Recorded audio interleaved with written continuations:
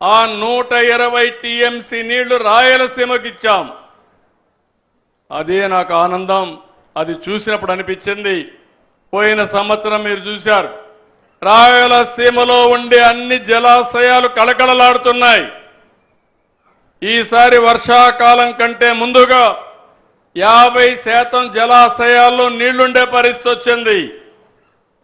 దీన్ని చూసినప్పుడు ఆనందం ఏంటంటే, ఈ రాయలసీమ ఇంకా రాబోయే రోజుల్లో రాళ్లసీమ కాదు, రతనాల సీమగా చేస్తాననే ధైర్యం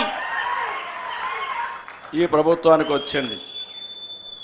ఇక్కడ మీరు ఒకసారి చూస్తే, నేను ఎప్పుడూ చూపించేవాడిని, మా వాళ్ళు సరిగా అక్కడెక్కడో పెట్టారు, ఇక్కడ పెట్టమంటే ఎవరికి ఎక్స్ప్లెయిన్ చేయడానికి నాకు తెలియదు. పవర్ మొత్తం ఒక మ్యాప్ పెట్టమన్నాను, కానీ ఆ పక్కన పెట్టి ఆయన చూసుకుంటున్నాడు. ఇక్కడ ఏంటంటే, నేను మీరు గుర్తుపెట్టుకోవాల్సింది, శ్రీశైలం దగ్గర నుంచి ఒక కాలువ ఎస్ఆర్బీసీ వస్తుంది, ఇంకో కాలువ ముచ్చుమర్రి వస్తుంది, ఇంకో కాలువ ఇక్కడే మల్యాల అంద్రినేవా వస్తుంది. ఈ 3 కాలువల ద్వారా మీరు నేరుగా చూస్తే, ఏదైతే ఎస్ఆర్బీసీ నుంచి వచ్చేది నేరుగా బనకచెర్లకు వెళ్ళి అక్కడి నుంచి నేరుగా తెలుగు గంగ ద్వారా సోమశిల కందలేరుకి వెళ్తాయి.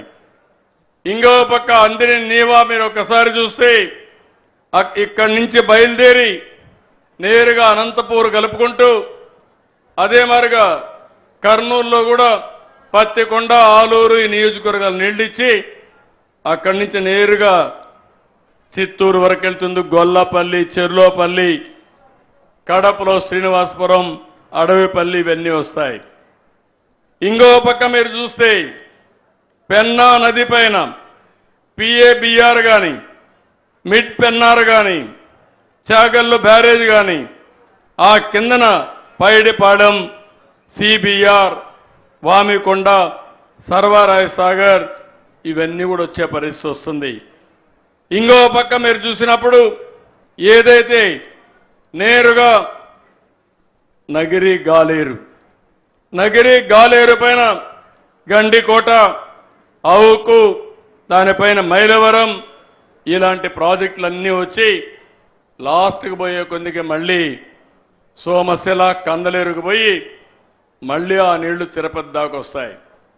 భవిష్యత్తులో ఓసారి ఆలోచిస్తే ఇక్కడి నుంచి నీళ్లు బయలుదేరి 600 టీఎంసీ 600 కిలోమీటర్లు ప్రయాణించి కడాన తిరుపతికి కూడా పోయే పరిస్థితి వస్తుంది. నీళ్లు శ్రీశైలం మల్లన్న దగ్గర మల్లికార్జున స్వామి దగ్గర నుంచి ప్రారంభమైన నీళ్లు సాక్షాత్తు 7 కొండలవాడు వెంకటేశ్వర స్వామి సమక్షానికి వెళ్లే పరిస్థితి వస్తుంది.